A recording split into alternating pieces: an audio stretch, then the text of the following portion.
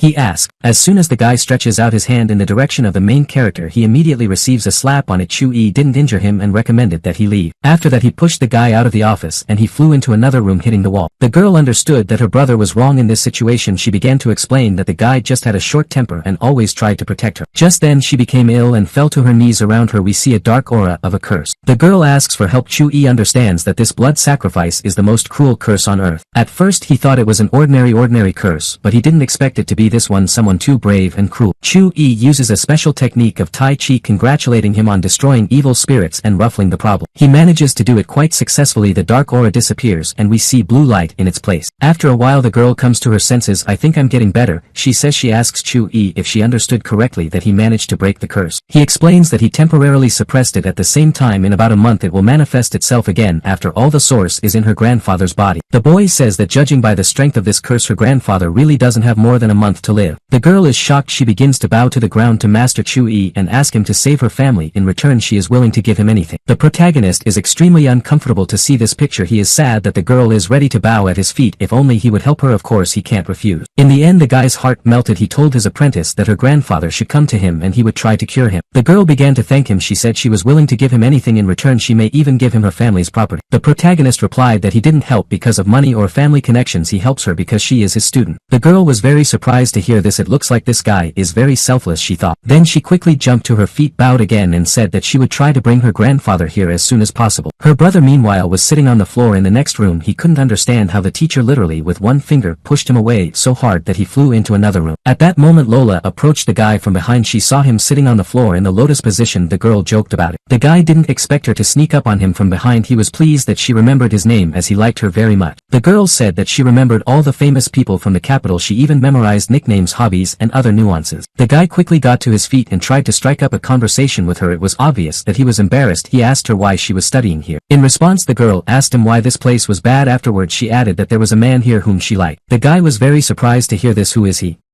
He asked her how could the capital goddess like someone in this backwater, he thought. The girl did not play intrigue and answered honestly that she liked the teacher Chu-yi. She clarified that she liked him not only as a teacher but also as a man. Then she turned around and went about her business. The guy just stared after her with surprise and sadness in his eyes. The events are transferred to Meishan Manor. There we see one of the men who were playing chess. He talks to his son and says he hasn't been to Zhejiang for a long time. He doesn't recognize the city at all. He asks his father why he took him here with him. He thinks they're here on business. His father tells him that he has an appointment with some anonymous masters for today. They're coming soon. He wants to see a man who is called the Golden Dragon. Next we see the protagonist's apartment. He receives a call from his apprentice informing him that her grandfather has already arrived in town. She waits for Chu-yi at the entrance of his house. The girl asks him to open the door. As we can see the protagonist has just woken up. It was in this sleepy state that he opened the door to his student. She smiled and wished him good morning. Chu-yi looked at her carefully. Then he silently slammed the door. The girl didn't quite understand what was going on. After a certain amount of time the main character came out in a presentable form. The girl tells him he's funny. She then took him to her grandfather's old house. He hadn't been there for years. The house was luxurious. There Mr. Liao had just received several masters. He asked one of them what he thought of his illness. He began to voice his opinion. In short, it can't help because it doesn't really hurt but something else. At this moment the other master said that it was nothing but a curse. In addition, it is inherited. It is capable of destroying the entire species. A man asks this master to cure this disease. In this case he will pay him 1 billion yuan. The amount is very large, to put it mildly. Everyone was surprised to hear her. The master wasn't sure what to do. He began to ask for 10 billion, explaining that he was taking too many risks.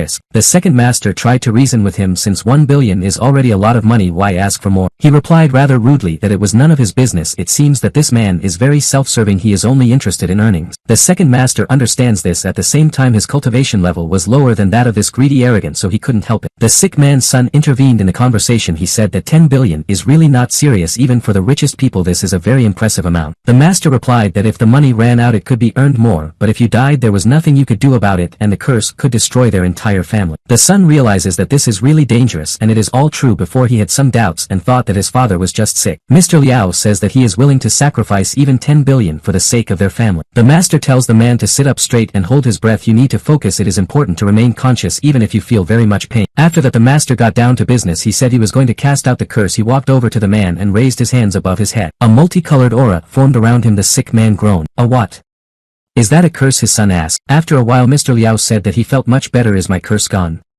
He asked. At this the master did not answer, but the man immediately rushed to thank him. He said that this is what he came here for, and now he is waiting for the promised 10 billion. Suddenly the protagonist intervenes in the conversation. He says that this guy made $10 billion too easily, all by cheating. The second master, hearing these words, immediately understood that it was Master Chu Yi. As we remember, they are acquainted. It is at this moment that the granddaughter introduces the protagonist to the present in this room. She says that this is the master she invited. Her father tells Chu Yi that this is no joke. This master overcame the curse and banished him, so his services are no longer needed by them. He suggests that the protagonist leave. The same master who has just made good money says teacher Chu Yi that it is better for him to read books rather than engage in magical practices. At this moment the second master, who knows perfectly well what the protagonist is capable of, turns to him and strikes his blow. Still his patience came to an end. That rogue master flies back and falls on a chair. Sure, Air as well as her father didn't expect something like this to happen. After that the master, who stood up for the protagonist, greets the guy and says that he is glad to see him. By the way, he was going to visit him very soon. The second master rises from his chair and shouts that Du Chen Feng attacked him for no reason. He demands an explanation, otherwise he will die. Du Chen Feng only replied curtly that he revered Master Chu Yi, so he stood up for him. Chu Yi tells him that it wasn't necessary. After all, they are of the same generation as him. You don't need so much politeness. The same scammer is watching what is happening and does not understand what is happening. Where did this teacher come from and why is he given so much honor? At some point he realizes that it's all about his last name. Chu is a family from the capital. It's just that everyone is afraid of the people who are behind this guy. As a result, this scammer quickly threw his brains and changed his rhetoric. He teased the second master for bending in front of the guy like that. He then approached the protagonist and said that he was aware of the forces behind him, but that some problems could not be solved with connections and money. In short, he began to threaten. Chu Yi asked him if he knew how to spell the word deceiver. The bottom line is that the one who cheats will sooner or later face a reckoning. The master tells him that if he dares to call him a cheater, he must at least show proof of it. The protagonist smiles in his face and says that he will demonstrate everything now. Afterwards he approaches his student's grandfather and finally meets him. He reveals that Mr. Liang is cursed. At the same time, it is not some kind of curse, and the most terrible of all is a blood sacrifice. That master already understands that something is wrong because this guy was easily able to recognize the blood sacrifice. How did he do it? Chu Yi goes on to explain what happened a few minutes ago. He says that Mr. Liang wasn't actually cured, it was simply a method of suppressing the curse. The bottom line is that it will definitely return to speed. The master begins to justify himself by saying that his method helped and alleviated the man's suffering in any case. Chu Yi says it's not enough. Wouldn't it be more correct to save his life entirely rather than just take away the pain? Mr. Liang's son asks Chu Yi if he can completely banish this curse. In this case he will receive the promised 10 billion. Chu Yi replies that he will take on the case, but he doesn't need 10 billion. 1 yuan will be enough for him. He asks the strangers to step a little aside. He also warns them not to be frightened even if they see something really scary. After the protagonists, he takes 2 sheets of paper with spells out of his pocket and begins to cast spells. A ring of hieroglyphs forms around the sick man. He had never seen anything like it before. A dark aura appears above him as before, but now we see a huge terrifying demon leaving his body. That master shouts to Chu Yi that he is crazy and will make this demon even angrier, and Chu Yi will kill everyone present. Chu Yi says that it's still difficult for him to use mentor level techniques, but the protagonist uses a special protective field and tells the demon that it will not be able to harm him. Suddenly events shift to Northern Europe. In front of us is a snow-covered landscape. We see a man sitting on the ground. He lifts his head and says that Mr. Liang is so cocky that he dared to resist and activate his curse. Meanwhile, Chu Yi tries to slay the demon. The process is going well, but it is quite difficult for him to do so. The demon doesn't give up. Chu Yi tells him that he has unstoppable energy and strength, so he is not afraid of it. The demon tells him that some insignificant young man dared to spoil his plan. No one expected that the demon would also be able to speak and would also respond to something. Chu Yi realizes that there is a person behind the demon and tells him that if he becomes a mentor in the future he will also be able to master similar techniques. The demon replies that he is aware that the guy is only at the level of a martial master, but he dared to be arrogant. He tells the boy that if he obeys him he will spare him, if not he'll regret it. The protagonist takes it lightly. He then pulls out another leaf of spell from his pocket and says that the demon is is just leaning on the curse to possess people. Then he uses some other technique and banishes these evil spirits. The demon begins to fade away. Who are you that you dare to resist me?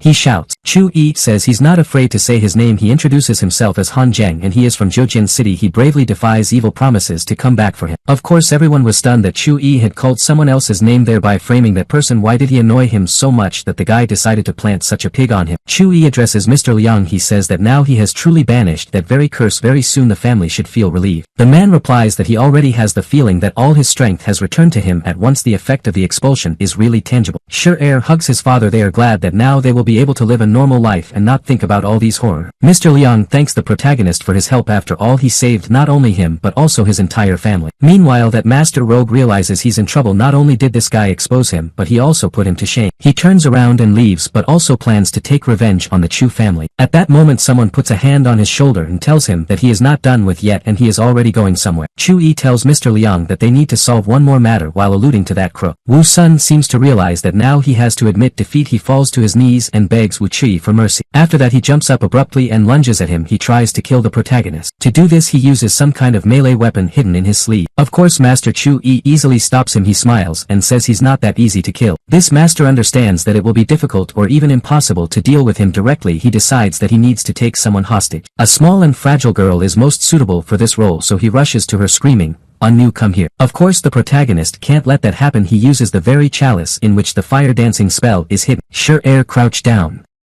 He shouts to the girl. At that moment, an arrow of flame passes through the rogue's chest. We see blood splatters from his mouth. After that, he falls to the ground. The girl runs to the side. She's safe and sound. That master is on his knees and begs the protagonist for mercy again. Chu Yi tells the girl to close her eyes. She's too young to see what's going to happen next. After Chu Yi, he tells the man on his knees that his cultivation techniques are too cruel. He realizes that this master has already killed many people. If the protagonist hadn't been here today, the entire Liang clan would have died because of him. Therefore, he decides to kill this scoundrel. In short, he burns alive with screams and scream. When everything has calmed down, the protagonist student asks him if she can open her eyes already. Chu Yi says you can't. The girl looks at the place where the master stood. It literally evaporated. All that was left of it was a small pile of smoking ashes. Her grandfather once again thanks Master Chu Yi for saving their family. He offers to go into the hall and talk. The second master worships the protagonist and says that he needs to deviate. We then see Chu Yi as well as Mr. Liang and his son talking about what happened. The old man doesn't know how to thank the guy. Afterwards, he asks if he likes the manner. He hints at giving it to a guy. The son doesn't seem to agree with this, but then quickly realizes that it would be the right thing to do and says that it would be a good thank you for such a feat. Chu Yi says it's a very beautiful place. At the same time, he does not know what to do.